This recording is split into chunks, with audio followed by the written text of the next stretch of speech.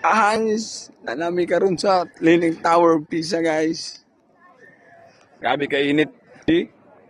Grabe sirong linog sa una pa. Kay matakilid mo yun siya. Indot kayang architectural design.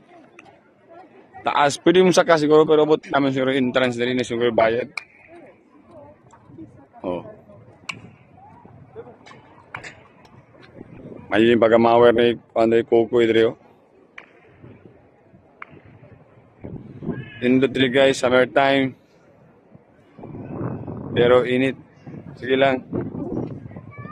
Jadi minta permi dari. Medyo mahal ang pamasahe, 50 euros.